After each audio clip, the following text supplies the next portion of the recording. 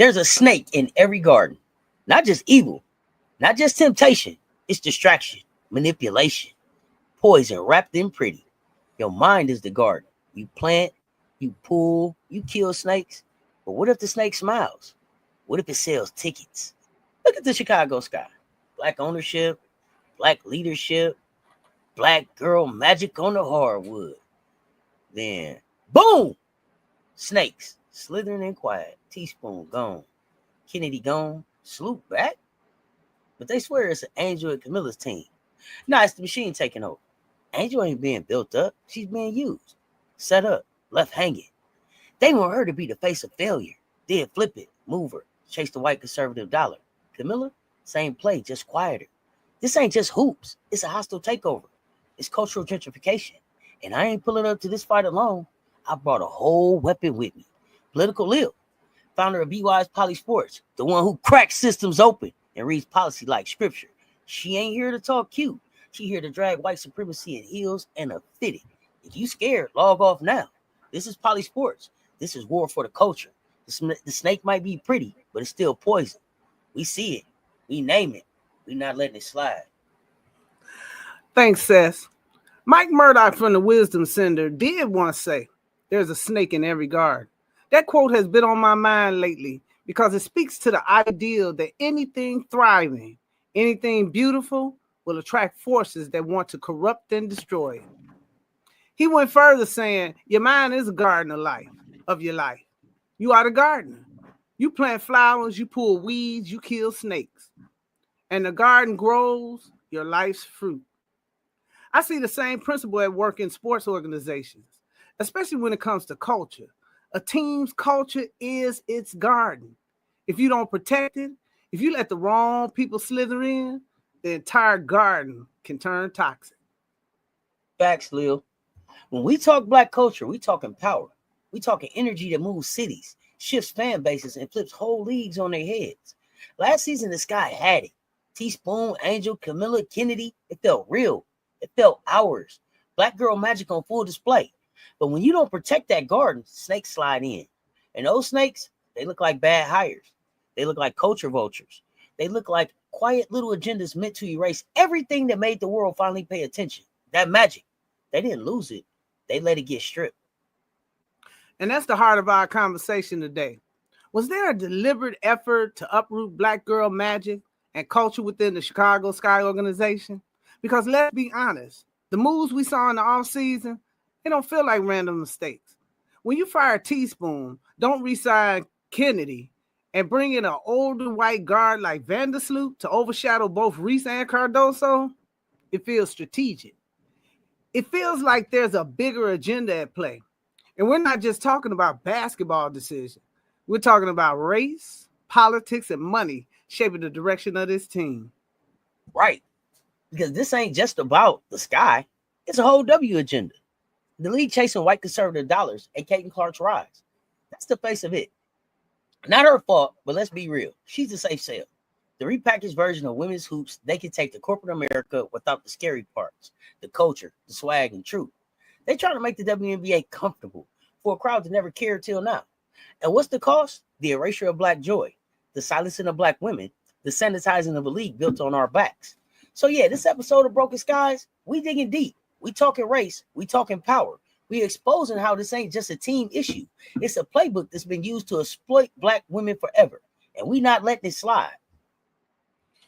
When Teresa Weatherspoon Teaspoon was hired as the head coach of the Chicago Sky, it felt like a turning point, not just for the team, but for the entire league. Teaspoon isn't just a former WNBA legend. She represents black excellence, resilience, and leadership. She's the kind of coach who understands the heart and soul of the game, especially for young black women trying to carve out their space. With her at the helm, the energy shifted. It was like the team suddenly had a heartbeat, a culture that spoke to authenticity and pride. Then came Angel Reese, the rookie phenom, who brought with her not just talent, but a whole new wave of visibility and fan engagement. Angel is unapologetically herself, loud, proud, and rooted in the culture. Add to this, Camilla Cardoso, a dominant post player with size, skill, and poise to change the game. And suddenly the Sky weren't just a basketball team. They were a movement. It was clear that something special was happening in Chicago, a culture built on confidence, joy, and the power of Black women leading the way. Trinity Carter's training camp invite added another layer of magic. Trinity plays with fire. She's raw, fearless, and embodies "I'm not here to play nice" attitude that fans loved and opponents feared. Together, these women represented a new era in Chicago Sky basketball, one that celebrated individuality, culture, and the ideal that winning isn't just about stats, it's about identity. This combination of leadership, talent, and cultural authenticity had fans excited, merchandise flying off the shelves, and media coverage buzzing in ways the team had seen in years. So why dismantle something that was clearly working? Why take a team that was building a thriving culture, one that was resonating with fans and setting the league on fire, and start pulling at the very threads that made it special? That's the question I keep coming back to. It feels intentional, like this is a discomfort there's a discomfort with Black joy and leadership when it gets too visible, too powerful, and too profitable without being controlled. And that's where we need to dig deeper today. You hit that dead on, Lil. The second Teaspoon touchdown in Chicago, the energy shifted. This wasn't just basketball, it was a statement. Y'all remember? I was excited. I came on the video and I was like, hey, Teaspoon gave that double tap. It's on at the Sky. It was Chicago grit, Black women pride, culture front and center. Teaspoon wasn't just running plays. She was building a blueprint. And having Black women lead the vision, that's what made it hit different. She gave Angel space to shine without shrinking. That kind of leadership don't come from a clipboard. It comes from knowing the fight. Angel Reese came in a superstar, period. She didn't just bring LSU fans. She brought a movement. Young Black girls saw her and saw themselves. That confidence, that edge, that style. The way she walks in the room and don't fold. That's power.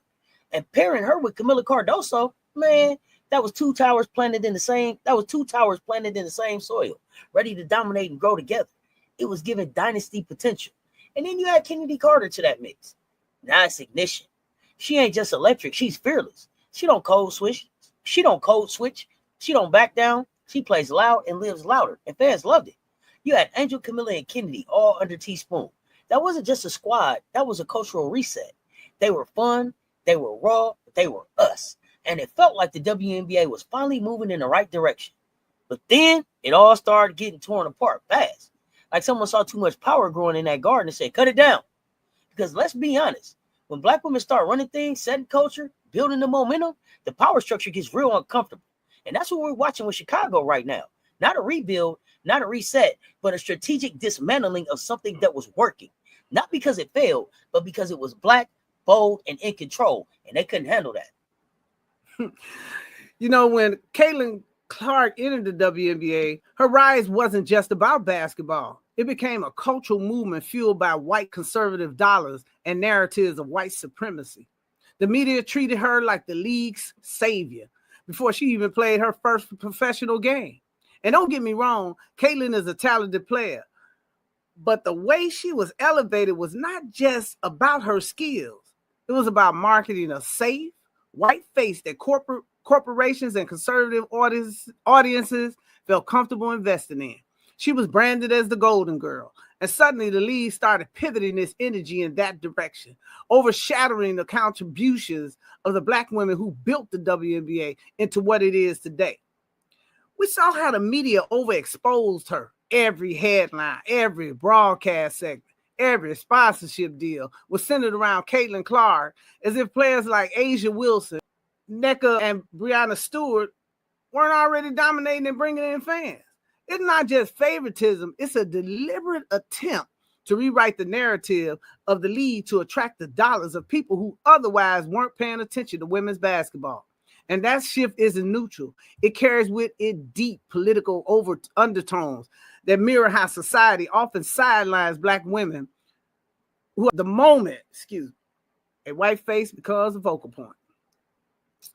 This shift directly impacted teams like the Chicago Sky. The Sky had been thriving with a Black-led identity, a culture built around Angel Reese, Camila Cardoso, supported by the leadership of Teresa Weatherspoon. But suddenly, it's like the organization felt pressure to pivot towards the conservative dollar, just like the league. And the moves they made tell a story. Teaspoon was fired. Chinny Carter wasn't re-signed. And then they brought back Courtney Vandersloot, a point guard to essentially overshadow younger black talent that had energized this franchise. What bothers me most is the dishonesty, telling fans we're building around Angel Reese and Camila Cardoso, but their actions say otherwise. The team identity was centered on black excellence and culture is being dismantled piece by piece. And for what? To chase the same types of dollars the Indiana Fever were pulling in? It's not just basketball. This is about visibility politics and erasure. It's about who gets to lead, who gets to shine, and who gets erased when the money comes knocking. Say that again for the people in the back, Lil. What's happening with Caitlin Clark is bigger than hoops. It's about who America chooses to uplift and who they erase. The WNBA been has stars. Cheryl Swoops, Tamika Catchings, Cappie Pondexter, Angel McCautry, Skylar Jess Diggins. Dynamic black women who carried the league, inspired generations, and kept the lights on. But now, Caitlin shows up and gets crowned the face overnight. Why? Because she's a safe bet for white conservative dollars? She makes the suits comfortable? Meanwhile, Angel Reese is too loud. Kennedy Carter is too controversial. Camila Cardoso is too physical. Don't say that. Don't say that out loud. But then bias is loud as hell. They don't say it out loud, but the bias is loud as hell. It's the same script, same racism, new cast. And look at Chicago. You can't ignore the pattern. They fired Teresa Witherspoon, the only black woman head coach hired last season. They don't bring back Kennedy Carter, who brought energy, passion, and toughness. Then they bring back Courtney Vandersloot, a move that screams, let's go back to something more familiar, more palatable. It's not just basketball. That's politics. That's performance. That's pandering. The Sky had something real last season. Angel, Camila Kennedy, Teaspoon, culture, swagger, momentum. And now they're gutting it like it never mattered. Fans weren't showing up for just wins and losses. They were showing up because Angel Reese is a cultural icon, because Camila Cardoso represents power and grace, because Kennedy Carter refuses to be silenced, because Teaspoon was the kind of leader who gets it. This was ours, and now it's being diluted, whitewashed, and replaced with safe storytelling. This ain't just about roster moves. This is about control.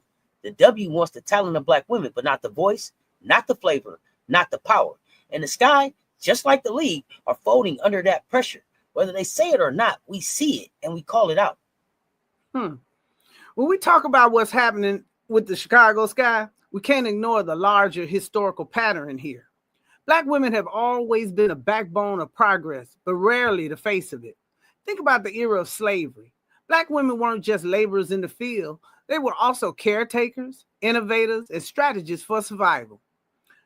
But were they celebrated for that strength? No. They were exploited, erased, and made invisible while their labor kept entire systems alive. This is the same pattern I see in the WNBA today. Black women are the engine, but the spotlight gets shifted elsewhere.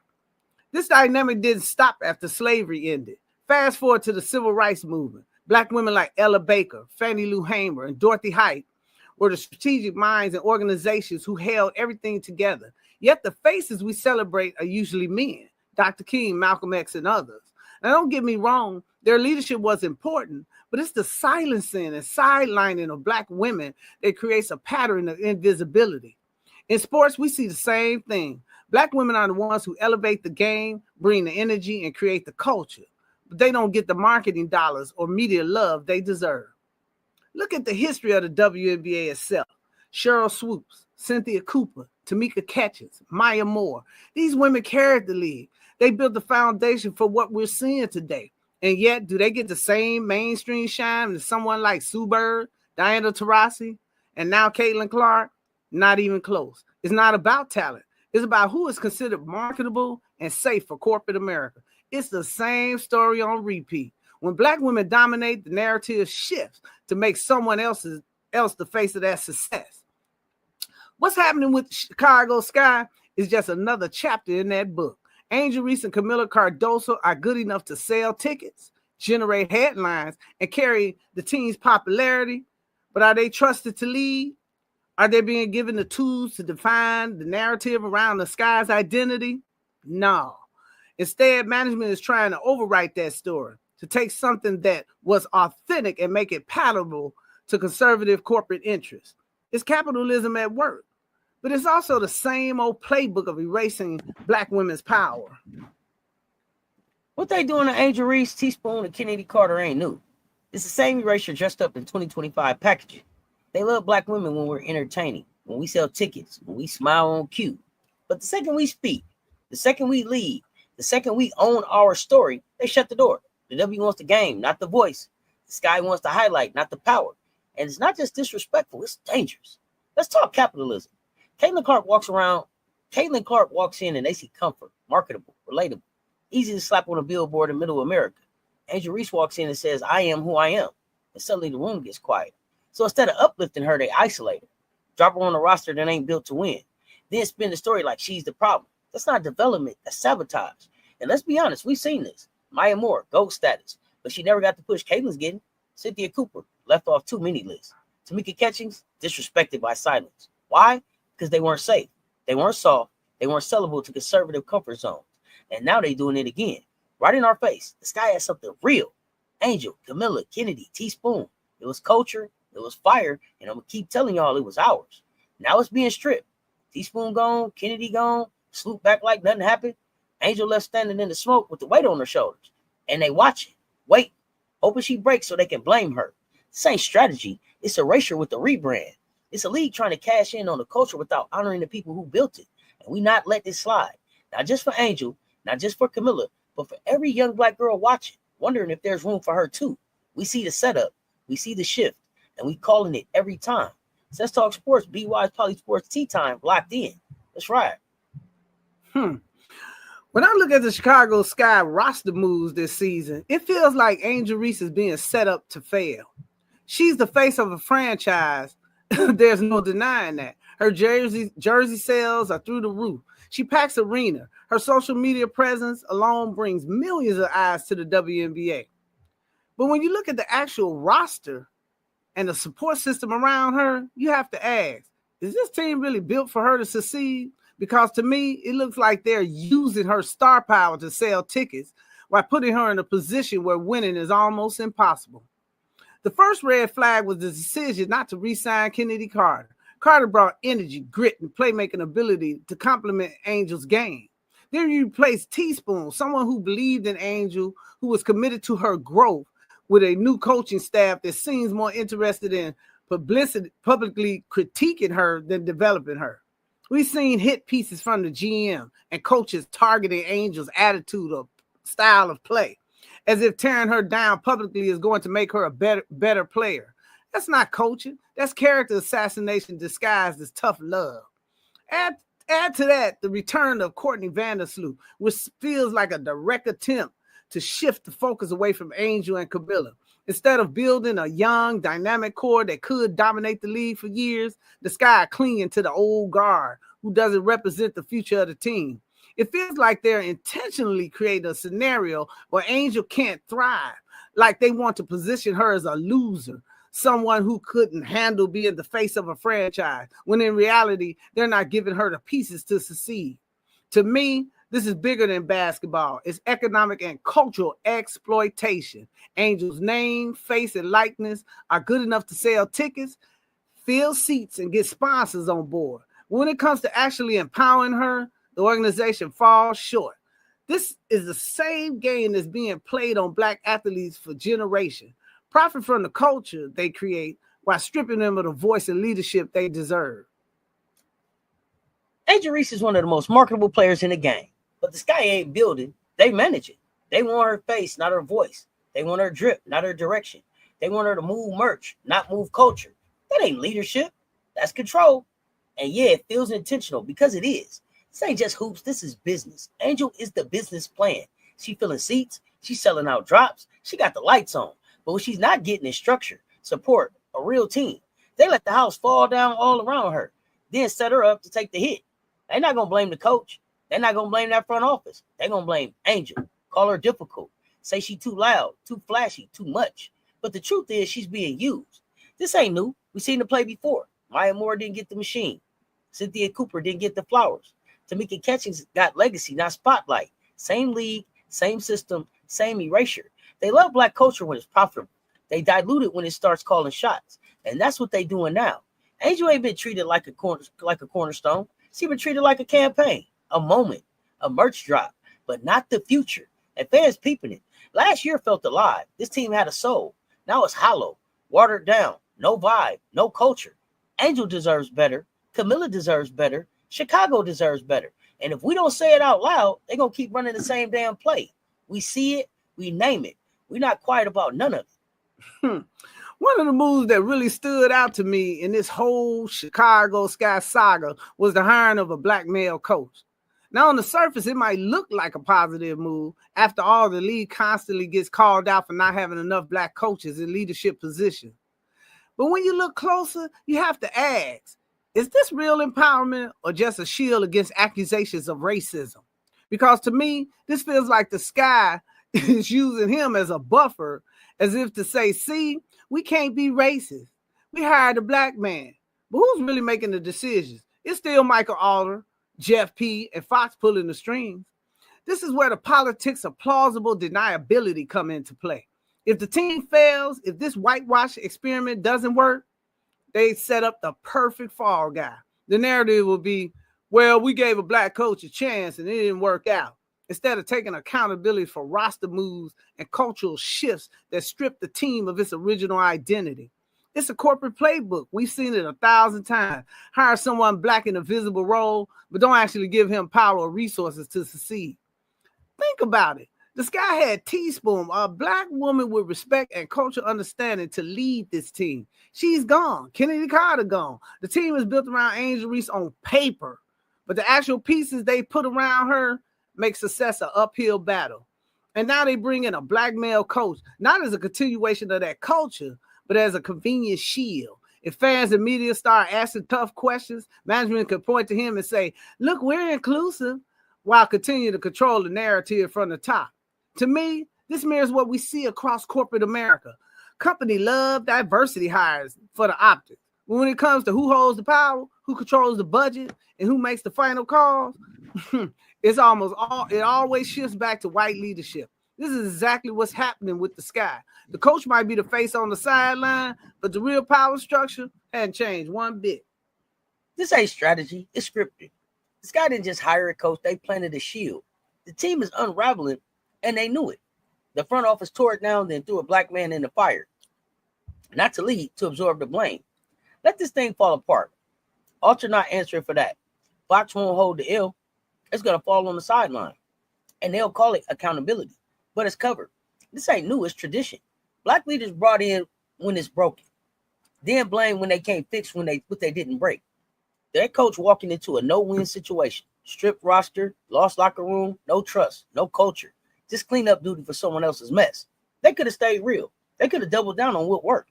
Teaspoon had the locker room. Angel and Camilla had momentum. The culture was loud and rooted.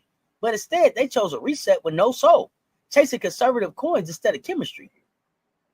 Now they want him to play savior with no tools. And when the media start asking questions, you already know where the spotlight goes, straight to him. Not the ones behind the curtain. That's the setup. That's the play. And if we don't call it, it keeps running. Hire black, hype it up, blame black, clean the slate, start over with safe. We see it. We're not letting it rock. Let me tell that again for y'all again. Hire black, hype it up, blame black, clean the slate, start over with safe. Y'all got it? Because we seen it. We not letting it rock. Not today, not again. Let's talk. When we zoom out from the Chicago Sky, this isn't just about one team. It's about the entire WNBA and the culture war that's playing out in real time. The league was built on the backs of black women like Cheryl Swoops, Lisa Leslie, Cynthia Cooper, Tamika Catchings. But today, the marketing narrative is shifting away from the women who built this foundation. The rise of Caitlin Clark and the push to center white conservative dollars is just one symbol of a bigger political agenda, redefining who gets to be the face of women's basketball. What we're seeing is a league leaning into a model that prioritizes profit over authenticity. Instead of celebrating the diverse, the swagger, and the unapologetic culture that makes women's basketball unique, the WNBA is sanitizing this image to make it safe for audiences that have historically ignored this league. That means elevating certain players while sidelining others. It means telling black women, who are the soul of this sport, that their contributions are valuable, but only when they're not too loud, too confident, or too visible. The Chicago Sky is just a microcosm of this bigger issue. Angel Reese's story is tied directly to this culture war because she represents everything the WNBA is trying to balance. The organic, unapologetic rise of Black women in sports versus the corporate desire to attract conservative dollars. And when those two forces clash, history tells us who usually gets pushed aside. Black women have always been the engine of progress. But when the money comes, the narratives get rewritten to benefit those who look marketable to the mainstream. This is about more than just basketball. This is about power and ownership of the narrative. Who gets to define what women basketball will look like? Who gets to decide which players are worthy of being celebrated? And why do Black women constantly have to fight for respect in a league they built? These are questions we need to ask, because if we don't, we're going to see the same erasure repeat itself over and over. Look, this is a cultural battle, and it's not new. We've seen it in music, we've seen it in fashion, we've seen it in Hollywood. Black creativity starts the wave. White faces get paid to write it. Now the WNBA doing the same thing.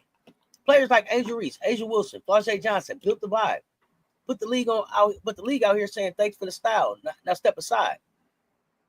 They taking the sauce but giving someone else the spotlight. That ain't promotion. That's exploitation with a marketing budget. This ain't just culture, y'all. It's politics.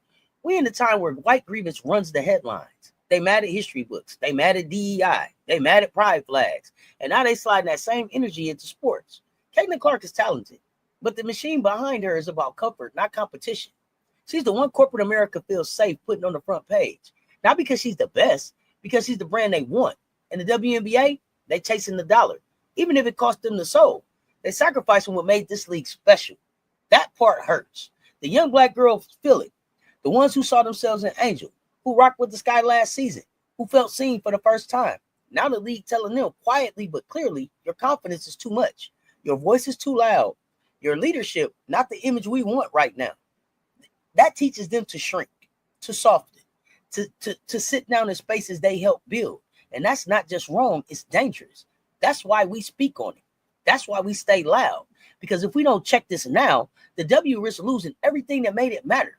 This ain't just about Angel Reese or the sky. It's about whether Black women will be celebrated as culture shapers or erased once again to make space for someone easier to market. We're not letting that happen. We too rooted, too built in, and too loud to be pushed out.